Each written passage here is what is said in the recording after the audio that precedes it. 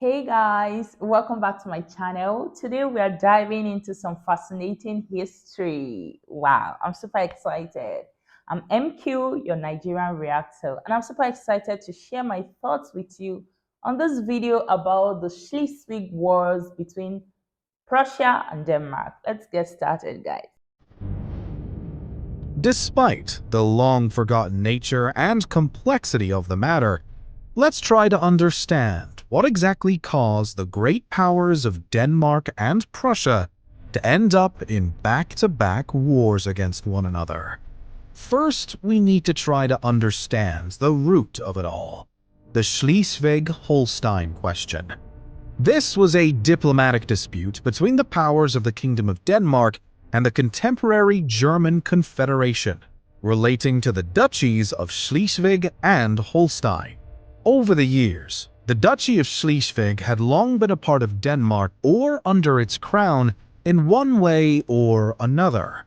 Meanwhile, the Duchy of Holstein had been a part of the puzzle-pieced Holy Roman Empire for a good while. Nonetheless, beginning in 1460, both duchies were under the command of the same duke, who just so happens to be the King of Denmark, thanks to the Now, let me get this straight. The Duchy of Schleswig was part of Denmark, while Holstein was part of the Holy Roman Empire. Wow, that's a recipe for conflict right there. Wow. Treaty of Ribe.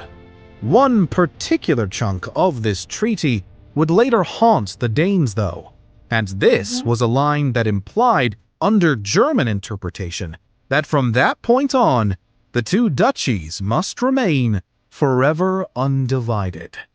This heavily controversial interpretation would start to become significant after the dissolution of the Holy Roman Empire and the formation of the German Confederation, which included the territory of Holstein. By this point, much of Holstein and Schleswig had become ethnically German. So when King Frederick VII of Denmark announced to the people of Schleswig that the duchy was to become even more closely tied to his kingdom, many of its citizens rebelled. Numerous of these people, who were ethnic Germans, wanted to see both duchies push further away from Denmark and closer to the German Confederation instead. The political systems within the Kingdom of Denmark and the Schleswig and Holstein duchies appeared to differ notably, and many Danes were concerned by Holstein's membership in the German Confederation and its potential interference in Danish affairs. Additionally, there were growing ethnic and linguistic divides throughout the duchies, which were only accentuated by the growing nationalism on both sides. As tensions and dissatisfaction grew, the newfound Schleswig-Holstein question eventually led to the first round of full-blown military conflict. The first straw appears to have been when King Frederick in 1848 was asked to recognize the joint Schleswig-Holstein state that had been described in the earlier treaty, and he ultimately declined to do so.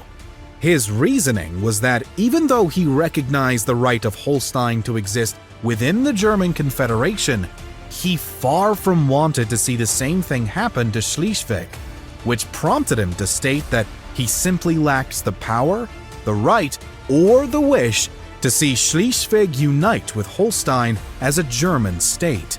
This was not taken well nor lightly by those who had made the request. A rebellion then followed, as the defiant citizens of Schleswig and Holstein were able to win over support from the troops of the Rendsburg fortress after marching there with their own growing militia.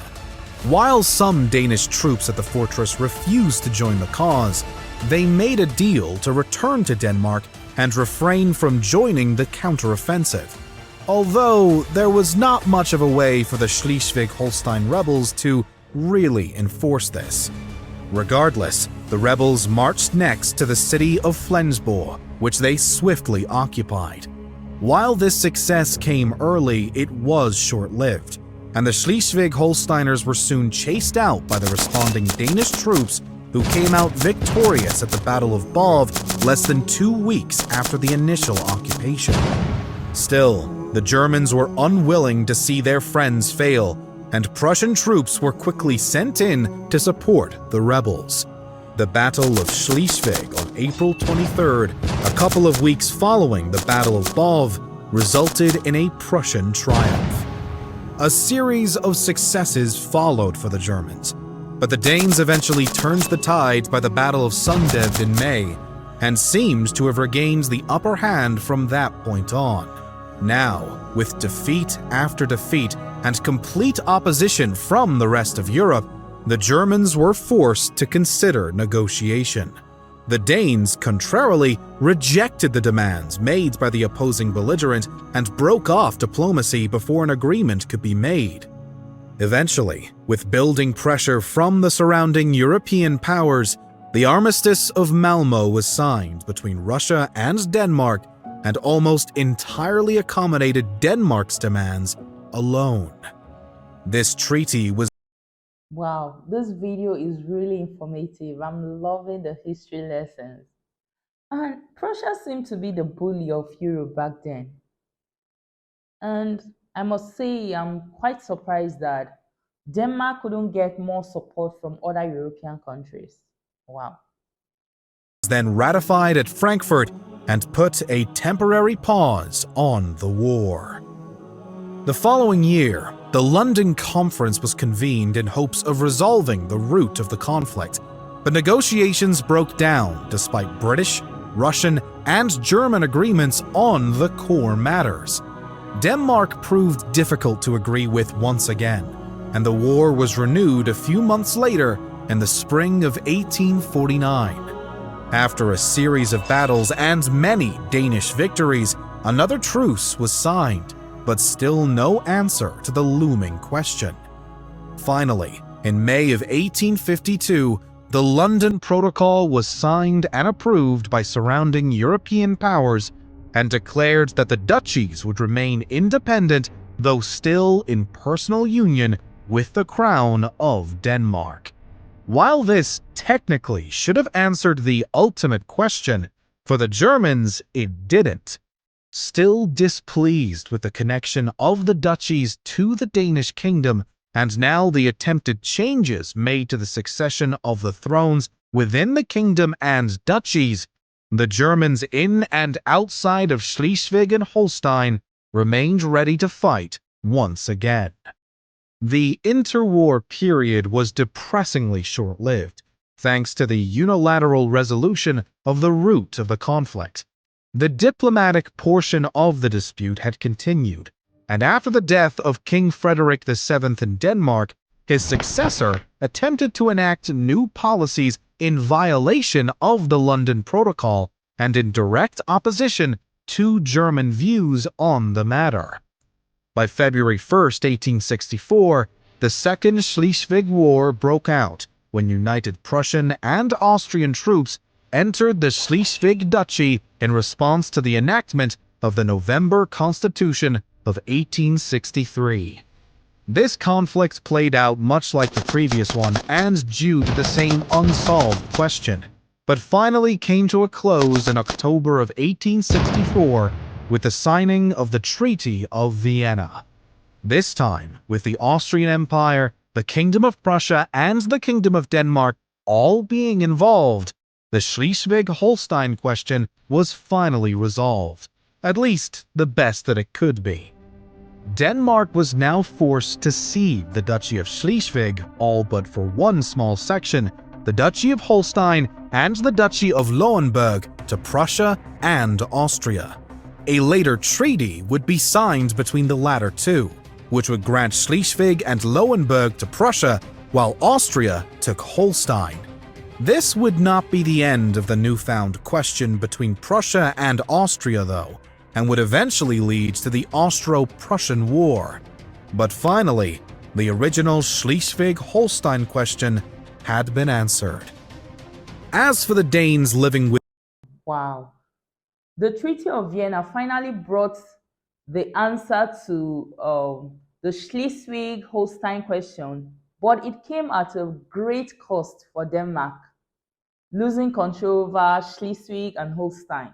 That must have been a difficult pill to swallow. You know, Denmark seemed to be like the ultimate prize to other nations. First, it was Prussia and Austria. Now the US is eyeing Greenland. You know, I can't help but think that Denmark's sovereignty is constantly being tested, and it's just so unfair. Why do countries keep coming to invade their territory, like take away their territories from them? Why? It's just so unfair. Within the duchies, who had long been Danish nationals, a 6-year period was granted for those who wished to leave the duchies and return to Denmark, as opposed to staying within the boundaries of either Prussia or Austria. Their neighboring Germans within the duchies, of course, were contrarily satisfied with their current situation. So, to Of course, they'll be satisfied because they've always craved for that autonomy. Like they've always wanted to be part of the German Confederation. So naturally, they'll be happy. summarize, the Dano-Prussian War, or more accurately, the Dano-Prussian conflict, was not one simple battle or series of battles. Instead, it was a range of diplomatic discord and full-blown back-to-back wars, all rooted in one thing: the Schleswig-Holstein question. The question in all its complexity seems to come down to the simple dispute over how both duchies, either united or divided, should be governed and by whom. While the friction remained mostly between the German Confederation and the Kingdom of Denmark, Great Britain, Russia, Sweden, and other neighboring empires and kingdoms were dragged in throughout the conflict due to its effect on the surrounding European community. Still, from what we can understand, although Lord Palmerston believes that none of us could quite understand the whole thing, the big question truly involved only the duchies of Schleswig and Holstein, and the Kingdom of Denmark in opposition to the German Confederation. Everything and everyone else that was involved at one point or another appears to be collateral damage, which is to be expected considering the decades of diplomatic conflict turned military warfare in multiple bouts. In the end, the Germans seemed to have triumphed over their Danish adversaries, but ultimately, the Dano-Prussian conflict was not nearly so simple, and if we should believe Palmerston, there remains no one left to tell the tale in its entirety. Wow, what a complex history. My God. No wonder Lord Palmerston said only 3 persons understood the Schleswig-Holstein question because it's so complex. It's really, really complex. You know, history has a way of repeating itself, but I honestly hope that's not the case here. I say this because Denmark has lost territories in the past, and I just hope that it doesn't repeat itself again regarding this issue of Greenland, of Trump wanting to annex Greenland. Though I know it won't be that easy again because times have changed. I mean, that was in the Schleswig and Holstein question was happened in the 19th century, and we're in the 21st century. Things have changed, times have changed. I know it won't be that easy for such thing to happen again, but let's just hope history doesn't repeat itself again. But it's just so unfair that other nations just come to take over Denmark's territory because of their natural resources or their geographical location. It's just so unfair. Poor Denmark. Oh, oh my God. This was really informative. I learned a lot from this video. And that was Schleswig. I had a tough time trying to pronounce it. Schleswig-Holstein War. Wow. This video was recommended to me by one of my friends. here. Mega Twingo, shout out to you. I hope I did justice to it. Um, it's actually a complex history, but I enjoyed it. It was really, really informative. I learned some things that I never knew existed. And as a lover of history, I enjoyed this one. But it's really, really complex. Especially that Schleswig was part of Denmark, and then the Duchy of Holstein was part of the Holy Roman Empire. Like, that's so complicated. It's really, really complicated. I was trying to like understand it. That seemed really complicated. No wonder Lord Palmerston said only three persons truly understood the Schleswig Holstein question. It's really, really complex. But I enjoyed it. And overall, I don't think the Germans had it easy, or should I say, how do I put it? I don't think the Germans won per se. There was actually no winner or loser per se. Just that the wars, the Schleswig and Holstein Wars, left a great mark in the European history. That's what I think. You guys, let me know what you think about this video in the comments, and if there's anything you want to add to the Schleswig-Holstein Wars, let's hear your thoughts in the comments. Thank you guys for watching, and hey, if you want to watch the video uninterrupted, the link to the original video is in my description. Do well, check it out and give them all your support. Thank you guys for watching. I'll see you in my next video. Bye guys.